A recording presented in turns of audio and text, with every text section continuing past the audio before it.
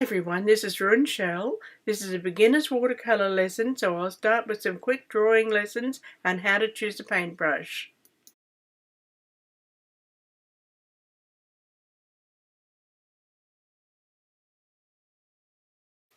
Would you love to learn to draw and paint?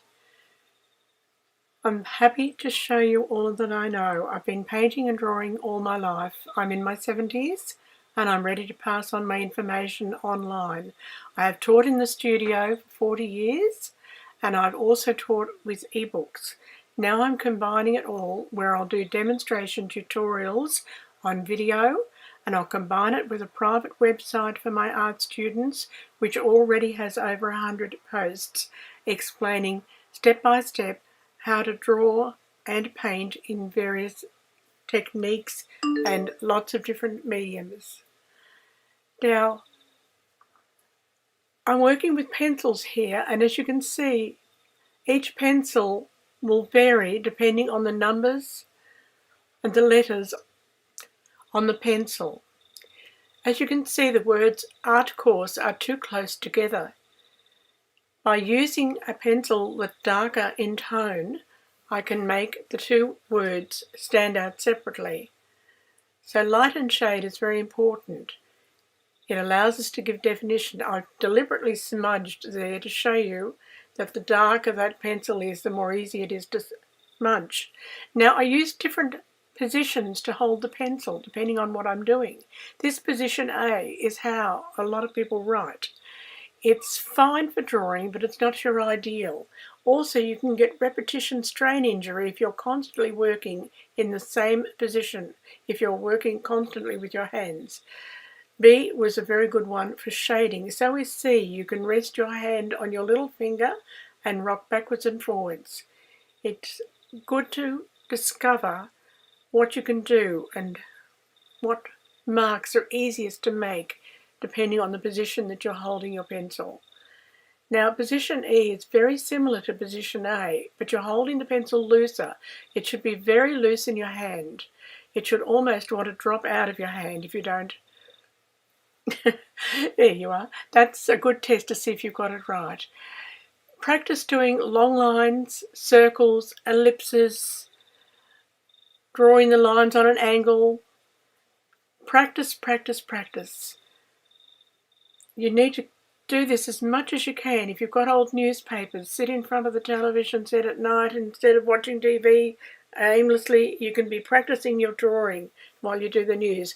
Giotto was famous for drawing a perfect circle. All of these shapes, they are the basis. They're our building blocks for everything else that we draw. Practice, practice, practice. I'm just using inexpensive paper here. Nothing special, just an inexpensive pencil, and practicing circles, ellipses, lines, putting the lines in at different angles. You can turn them into patterns, develop them, but it's a constant practice. And then when you go to do a painting and you pick up the brush, your hand will move where you're wanting it to. You'll be able to see objects and position them, whether it be with a pencil or a brush, exactly where you want it. That only comes from practice. You need to do this every single day of your life as a drawer, as a painter. I started practicing doing these circles and lines back when I was 13, and I've basically done them most days of my life ever since. This is far better than just aimlessly doodling. Keep up this practice. I get all my students to do this, and you're rusty when you start off and you gradually develop. And it's the basis for going out to the landscape and being able to draw on location. Some of these beautiful old buildings, developing it through to doing portraiture, it all comes from observation and being up, practicing those shapes. I'll be developing these lessons into colour and various mediums, and I'd love you to accompany me. My website is www.runshell.com. That's RYN shell.com. What you're looking for when you choose a watercolour brush is a soft brush with a point that will hold a lot of watercolour paint. So you need, and it also needs to have a spring to it, not just a floppy brush. Now this is just a cheap pure sable brush, and it is cheap, and you can see it did not hold much paint. For those with ecological considerations, remember the weasel itself is a carnivore. So it's up to you whether you want to use animal or synthetic. A good quality sables will hold far much more paint and water than any synthetic, but a synthetic will be better than a very cheap, poor quality sable. There's a lot of skill involved in making a good quality brush, and you will need to pay a fair price for a good quality watercolour brush, but the beauty is that you don't need many. A small one, a large one, and a mop, that's all you need. In fact, you can even get away with a really good high quality large watercolour brush that will point up to a tiny point. Again, I test the spring with my finger. I test how much water and paint and water that brush will carry, and whether or not I can get up onto a point towards the end when I need to. A good quality brush will last you a lifetime if it's looked after. As I said, I'm in my 70s, and I got my first paint brushes I was a child, and I still have those brushes. Hexagonal shapes are very easy for people who are a little bit clumsy to hang on to. My favourite brush is a hexagonal handle rather than a smooth round handle.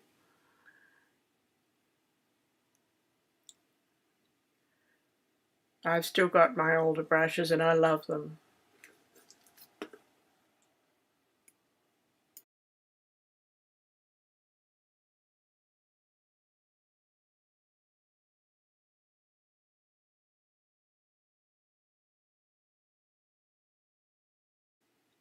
I'm testing the larger size brushes now. I'm working with the pure Kolinsky Sables. These are the best brushes for watercolour.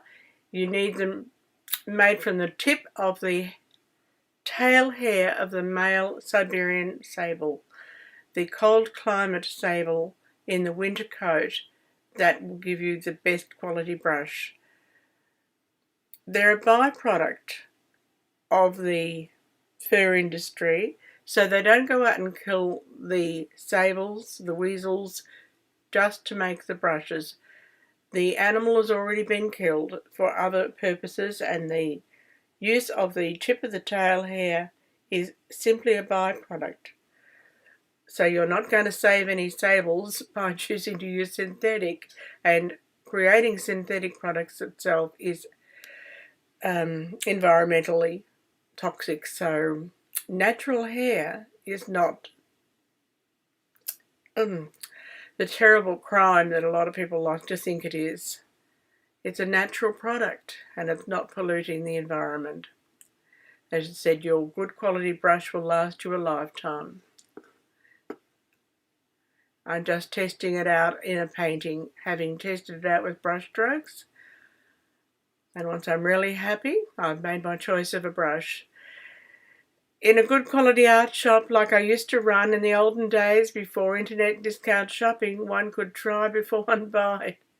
But this day and age, a lot of mail order marketing is done, and you don't get to test these things out for yourself. That's why I'm showing you pure sable, pure Kolinsky sable from Siberia. I find that was the best.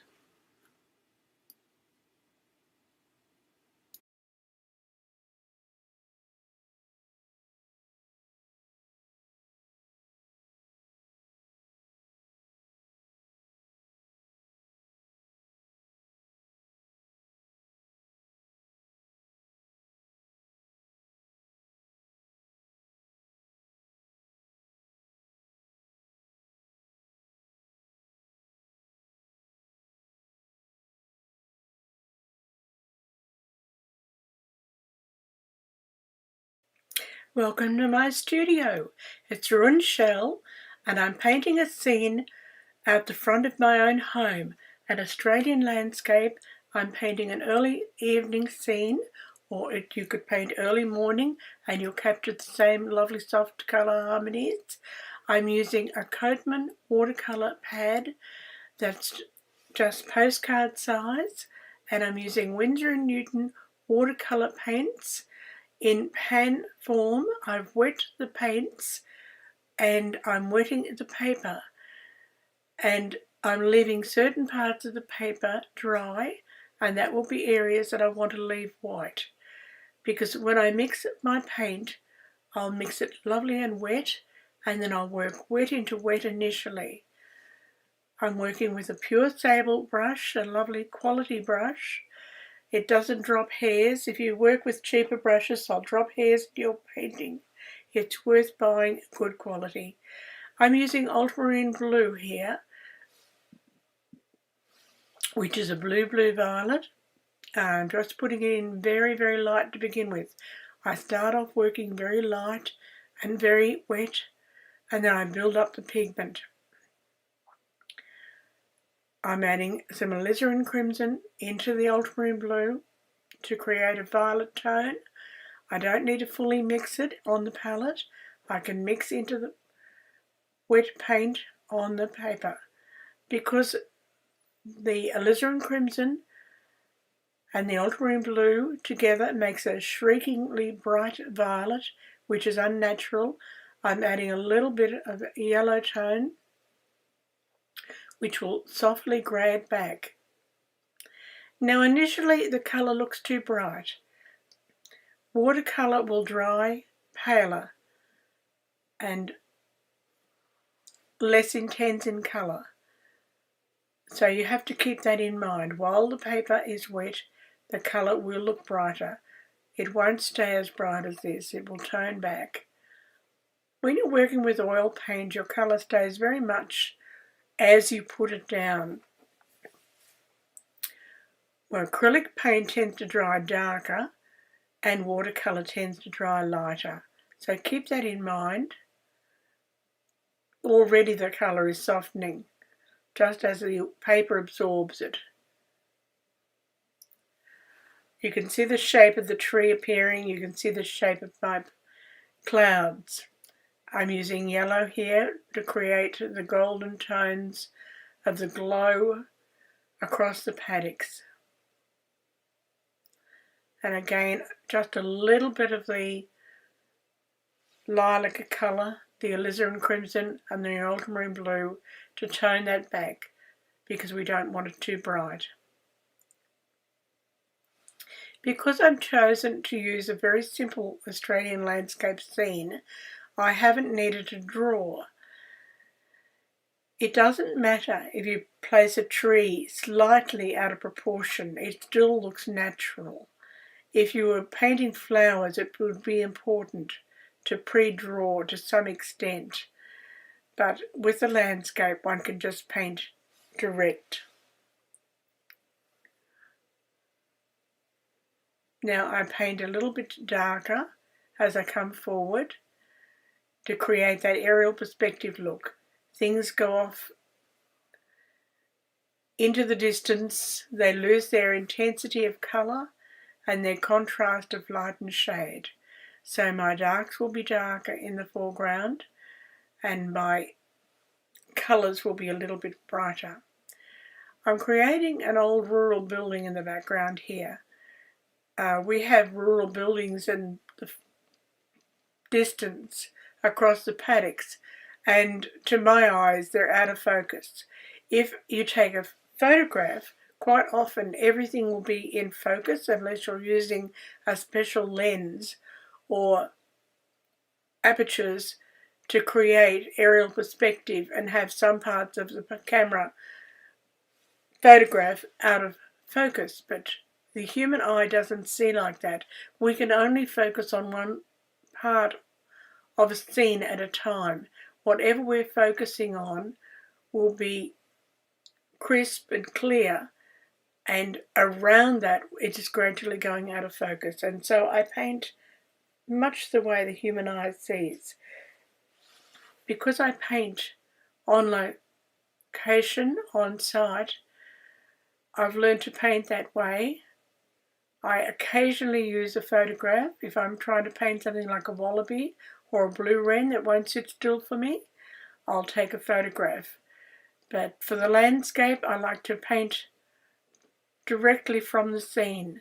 Even for flowers, I like to pick my flowers and work directly from the flowers. And I decide what will be my focal point, and I concentrate on having that in detail, and I let everything else go out of focus. I think my major focal point here will be the inside area of the tree facing towards the centre of the painting. I don't want the outer edge near the edge of the painting to be in focus, because then I would ruin the composition of the painting. You don't want to have your detail of interest too close to the edge of the painting or too near the centre. That's why you always make sure your horizon line is above or below the centre of the painting. I'm using more yellow here, the golden yellow tones, but I'm still adding the violets made from the ultramarine blue and the alizarin crimson into it to grey it back, because we don't want anything to be too bright in colour because of the time of day we're capturing.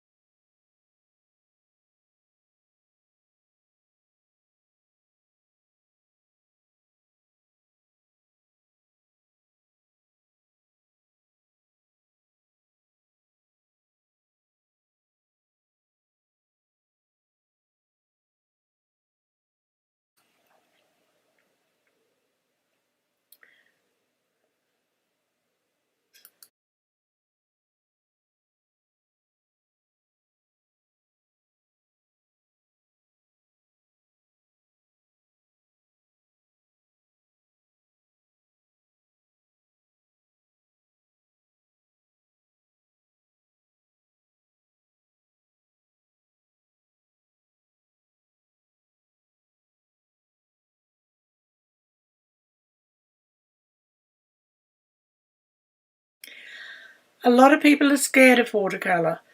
You needn't be. Yes, it is harder than oil painting because you're allowing a lot of the water to do the work for you. You're working wet into wet initially, and when you put the paint down, it doesn't stay where you put it. It moves. You can work with this because it creates the most beautiful effects. It can also be a pain if you want complete control. It's not for the control artist. It's for somebody who can relax and allow the painting to create itself to a large extent. You can't know for sure what you're going to get when you start painting with a watercolour. Whereas when you're working with oil paint, you put the brush stroke down. If you don't like it, you move it around. You can scrape it off. You can paint over it, into it. But watercolour is different. You put that brush stroke down and the previous dampened area will pick up that paint and move it slightly, or move it a lot if the paint paper are very wet. As I said, don't be afraid. You'll capture no work done if you're afraid. We all have our fears. That's why I'm painting this little one here in a 5x7 postcard size. It's just a little bit of paper. It doesn't matter if it doesn't work. If you were to paint a small painting like this every day, just as a practice, just look outside and paint a sky, you'd soon relax and learn how to master this beautiful medium of watercolour. Start off painting very light, and gradually build up the intensity of the pigment, the contrast of the light shade. Don't try to mix everything on the palette. Pick up different colours all on the one brush stroke and allow them to mix on your paper. I'm putting a little bit of the ultramarine blue predominantly here, and it's mixing into the other tones.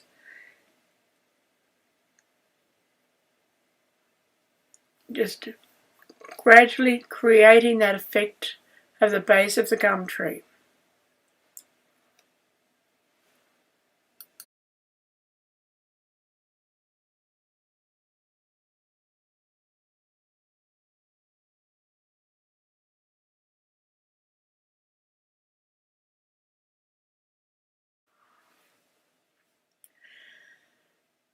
The painting's basically distance, middle distance and foreground.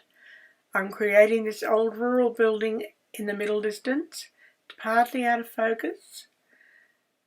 I've got a golden paddock in front, and I'm putting a little bit of a hint that there could be a creek running through, but it's not in any tight degree of detail. I've got my major gum tree on one side and a small sapling on the other. And I'm still working with those same basic pigments, the ultramarine blue, the alizarin crimson, when combined, creating a lilac, and I'm mixing it with the yellow gold or golden brown colour and just varying it from warm to cool, building up stronger lights and shades as I come forward.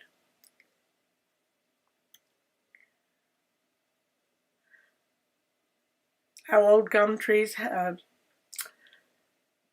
a lovely asymmetrical beauty about them. They're so different to the rigid shapes of the conifer and spruce. I love them. They're not to everybody's taste.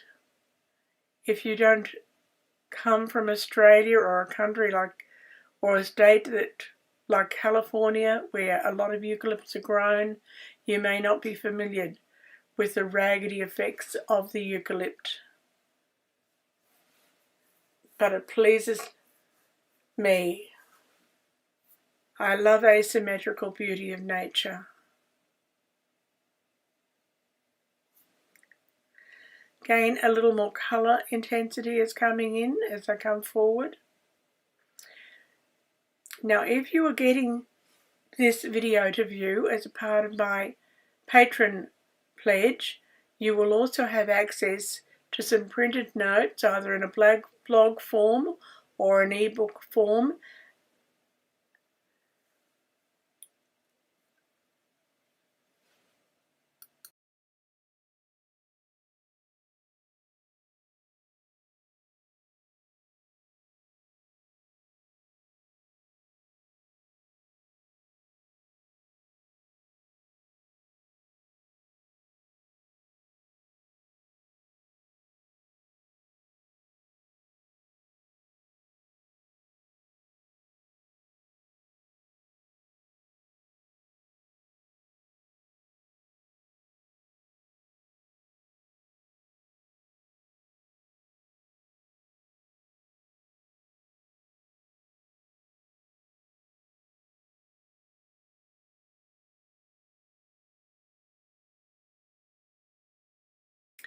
If I've given you access to the blog, the patrons only blog, there is an open comment section there, and you can ask questions and I'll read them and answer your questions either in that blog or in a follow-up video.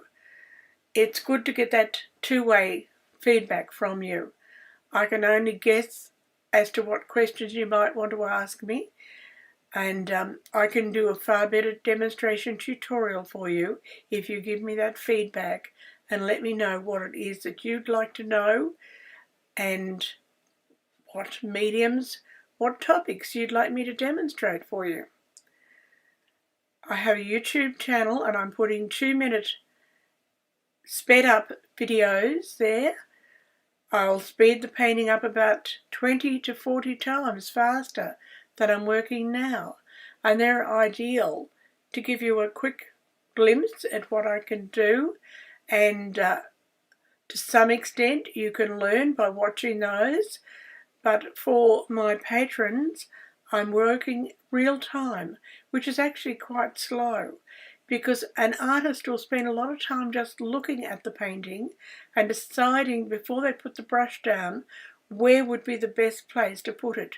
You can't work at speed painting and create beautiful original works. So for these ones, I like to go slow and let you see each brush stroke. Now, I'm probably dipping into a red-brown at this point. If you're looking for a name for it, maybe burnt sienna, because I'm coming closer and I just want that extra strength into that pigment. And the golden yellows will be coming deep, darker browns now.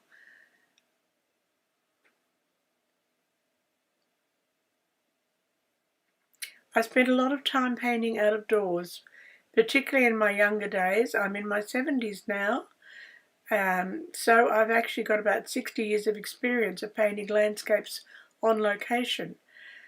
And this on-location painting has been an enormous help. It's like somebody who paints figures needs to do life drawings. Somebody who paints the landscape really needs to go out and do a lot of plein air work or on-location painting to capture natural effects. Nature teaches you so much, and you see things quite differently through the human eye than you see things through the camera. A camera lens will often have far too much of a scene in focus unless you're using a specialty lens or learning how to use the camera well so that you can vary the aperture and put some of it out of focus, whereas the human eye can only focus on one point, and everything else around that point that they're focusing on will go out of focus. And that is how I try to paint a scene. Occasionally, when I am forced to paint from a photograph, that is the mistake that I'll make. I've actually painted a wallaby, which I have not shown to anybody because I have to repaint it, and every part of that wallaby is in focus. And that would not have been how it would have been if I'd been painting it with my eyes. I'd have been focusing on a major point, perhaps the head, and I'd got the head in beautiful, good contrasts, very clear expression around the face and the eyes, but the rest of it would have been growing slightly out of focus. But the way I've painted it, every hair, every part of it is in full focus, and it just looks like I've copied a photograph. And frankly, there's no point. If you've not created a work of art, if you've just created a copy of a photograph, why did you bother doing it? So learn to paint from life if you can. Don't be afraid. Work small initially, and it doesn't matter. It's only a little bit of paper, a lovely relaxing evening spent painting. Doing lots of them is what gets you to be good at them. I'm using a nail file just to scratch out areas that I want to be white, very, very fine areas. I don't want to put white paint into a watercolour paper painting. I want the paper itself to represent the white. I'm just softening around the areas with more of a wash on my brush.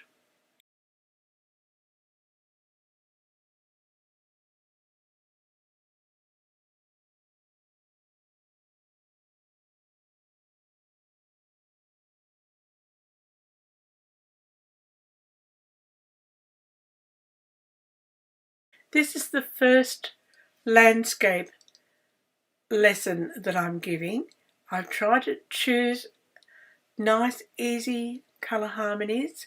I'll do another one in oil painting in the same colours.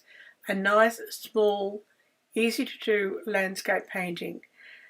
Now, ask me questions in the blog, in the patrons blog, and I'll answer them and I'll demonstrate. If you do want private lessons, I'll need to charge for my time for that, but I'll try to keep the fee reasonable.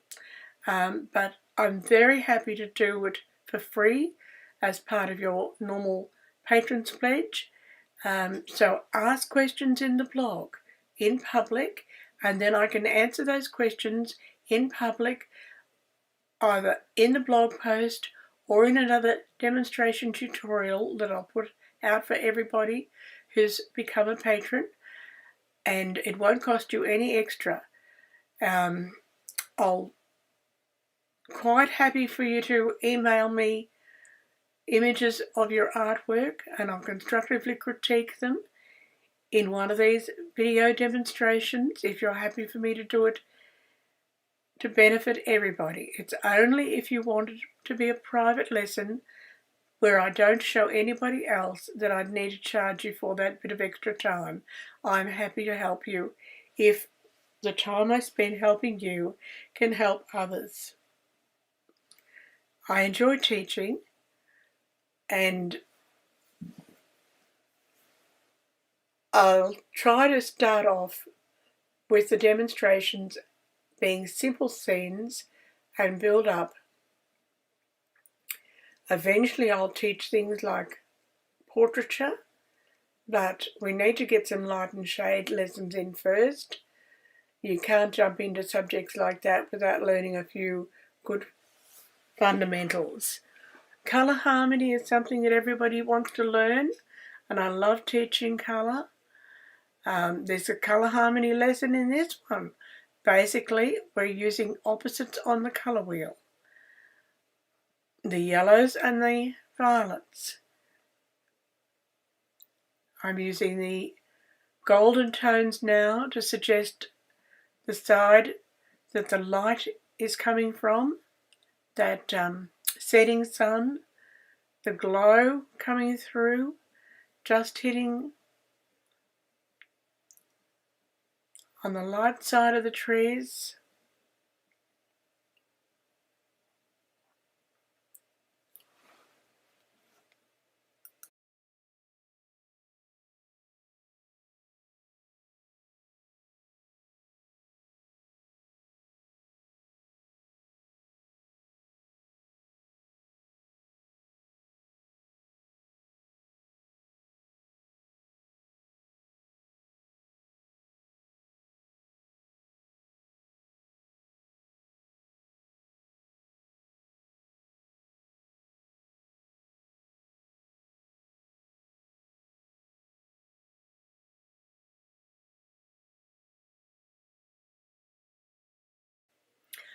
I'll run back over the painting process again.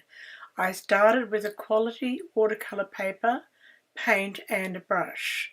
You only need one brush for watercolour painting, although you can use more if you wish. I'm only using one painting brush for this work. I've wet the paper except for those areas that I wanted to be left pure white. And then I mixed up a very washy soft colour, which I made up a lilac using ultramarine blue and alizarin crimson. And I put that down except for where I wanted it to stay white. And I allowed the wet paint to run onto the wet paper. It started off darker and it's gradually faded, as you've seen, as the paper has dried. Then I went in and I painted with more intensely dark colours as I came further forward, and gradually more yellow has appeared in the painting. As I come closer to the foreground, my colours have become darker and the yellows have become more obvious. So I've got good aerial perspective and I've got good lineal perspective of how things have receded into the distance and become smaller and also softer in tone and colour. That's the aerial perspective. It's not an over-detailed scene. With any painting, you can always add more. I could put birds in the sky, I could put windmills in, but it's not a case of adding more to make a better painting. You look at your painting and you say, what does it need? And if it doesn't need any more, you don't add any more. You only do what's required to create a pleasing effect. The main aspects of this painting isn't in the detail, it's in the effect of the colour harmony, the effect of trying to capture the evening glow of a lovely Australian landscape evening scene. So we're not wanting excessive detail. It's a case of what does the painting need? It needs a little bit more character into this main tree, a few more branches, twigginess to give it the effect of the Australian eucalypt. But the painting's almost finished. You could go on and on, as I said, adding fiddly little bits, but you would lose the effect of that out of focus early evening scene. So you've got to know when to stop. So more look than put. You look at the painting and you ask, what does it need? Not what more can I do? And as soon as it doesn't tell you that it needs something, that's when you stop. And that's when I have stopped.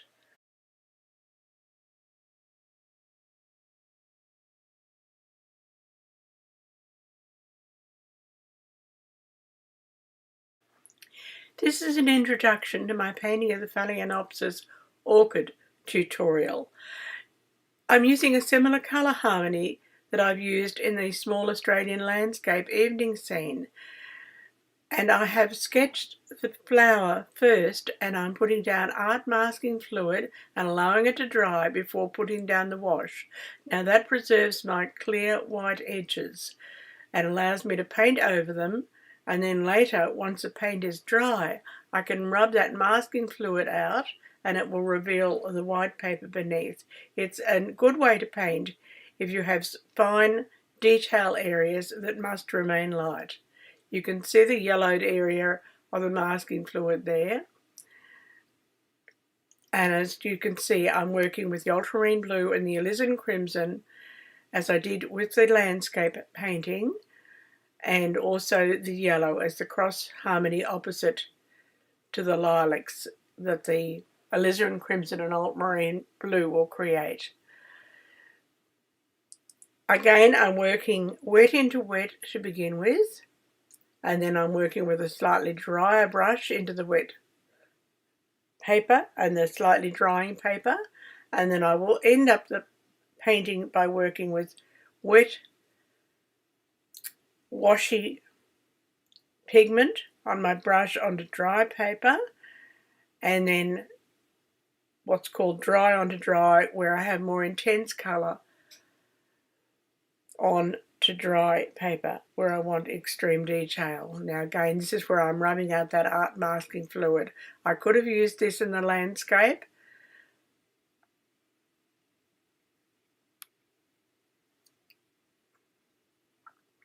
you could also put down little fine strips of sticky tape onto your paper, paint over it, and then wipe it.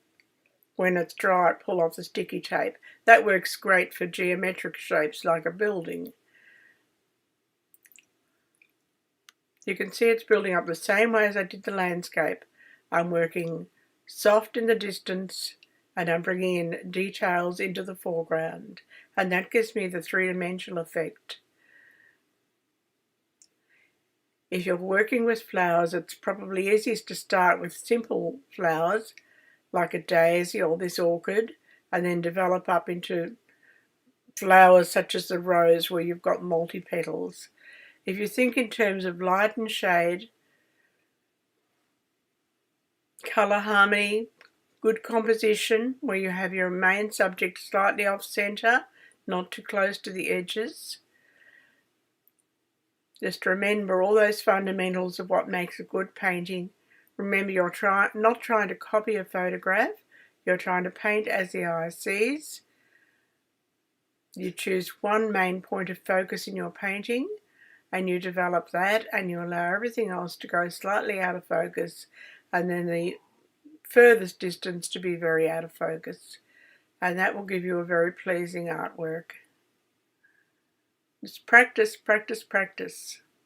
With watercolour, you're not in control. You've got to allow the water to do a lot of the painting, allow it to mix onto the paper, allow it to run, bleed into the paper. You don't want to have too many strong, hard lines. Soften it out.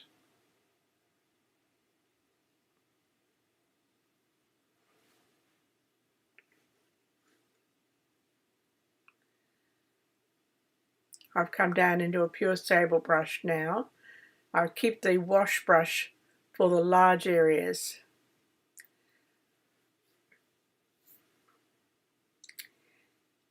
The best squirrel wash brushes are called Petit Gris,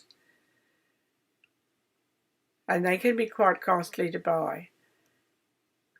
But again, if you have a really good quality brush and you look after it, it will last you a lifetime.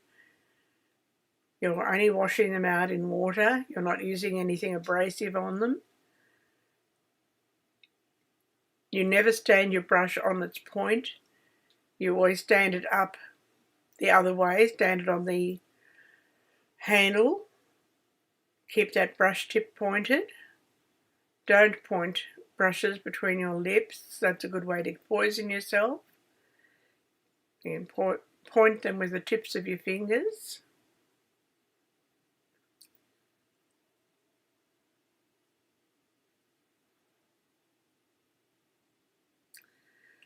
A good quality brush will have a beautiful springy point.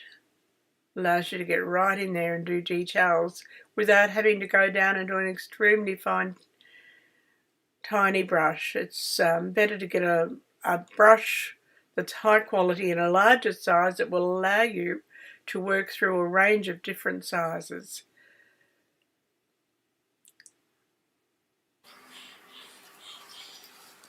We're coming in now with a 1-inch wash brush, which I've had since I was about 13 years old. Now that's a very long time. I'm in my 70s. You can see that it still does a great job. I put that pigment down heavier than I wanted it, so I blotted it out. It's good to have a clean white nappy for blotting out. If you use rag onto rag content paper, you're not adding acid. If you go using things like tissues, paper tissues, or paper is made of an acidic substance, there's a chance that you're possibly going to spoil the neutral content of your paper. I'm always a little bit amused when people go to a great deal of pains to buy acid-free paper and then put all sorts of acid things onto the paper. So, a clean white nappy has always been the ideal for blotting out with.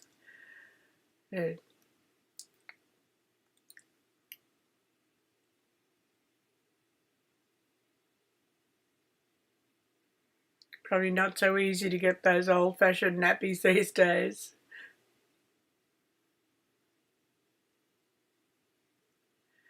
I'm contrasting the most intense light and shade near the main focal point. As I said, I have done a full lesson tutorial on painting this orchid. It's worth watching if you're into wanting to do more advanced watercolour.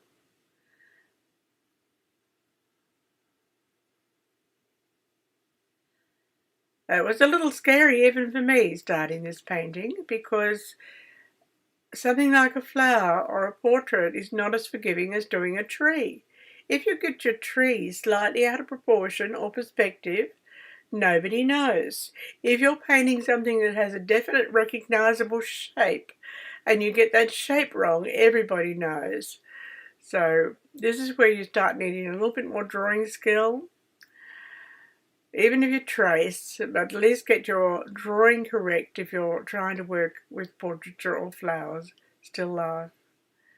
Also, when you go in with strong colour like this, and you know that the paper and the paint can dry and leave you with a hard edge, there's a little bit of apprehension involved sometimes, even for the professional. You're not sure exactly how this paint is going to move around. And I didn't want to start rushing into grey at back, because the easiest colour of all to make is mud, and that we don't want muddy tones, neither do we want shrieking colour. We're looking for that balance in between. I'm developing the painting by developing what's called the negative shapes. Instead of painting the shape of flowers there, I was suggesting them by painting the background and allowing the shape of middle distance and distance flowers to be suggested. As I said, a lot of the work needs to be out of focus. We're not trying to do a hard photorealist copy of a photograph that you can't tell from a photograph. There is a lot of conmanship in art these days, and a lot of what is sold as art is just photo manipulation with very little skill involved, and passed off as realist painting. So it's good to show the artistry in the work, to allow people to see that the work was actually painted.